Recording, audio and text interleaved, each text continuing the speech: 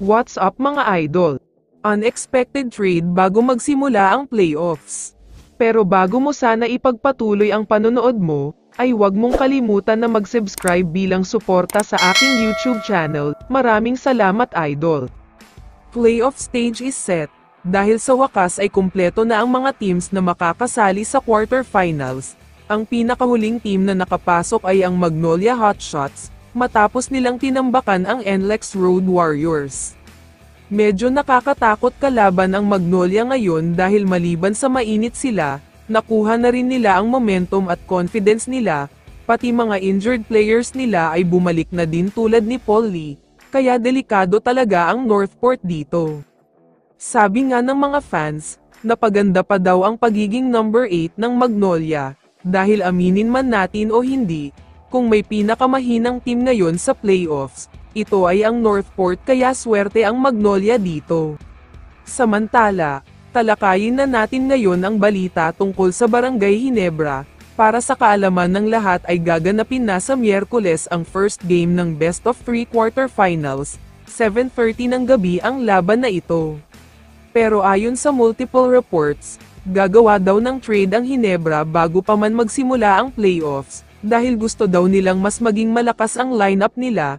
Gusto daw nila na sigurado na ang championship sa kanila. Ang nakikita lang naman daw nilang kulang sa lineup nila ay isang big man.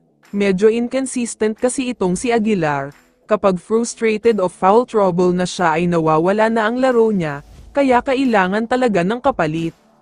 Ang sinasabing bibitawan daw ng Ginebra ay itong injury-prone at currently injured player ng Ginebra na si Isaac Go.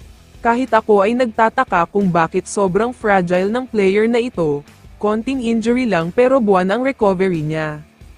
Ang balak daw nilang gawin ay kunin itong si Jonel Policarpio, one of the best players ng NLEX ito.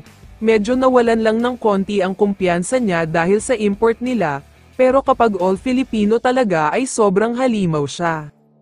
Paalala ko lang nalaglag na ang NLEX at hindi na makakapasok sa quarterfinals. Matapos silang talunin ng Magnolia sa do-or-die knockout game, kaya naman pwede na silang gumawa ng trade at bitawan ang player nila. Sa tingin ko ay magiging malaking bagay si Policarpio para sa Ginebra, isa siyang big man na pwedeng maging backup ni na Troy Rosario at Jopet Aguilar, pwedeng match-up ni Raymond Almazan, kaya swerte talaga Ginebra. Kaya naman kung ikaw ang tatanungin idol, ano ang masasabi mo sa trade na ito?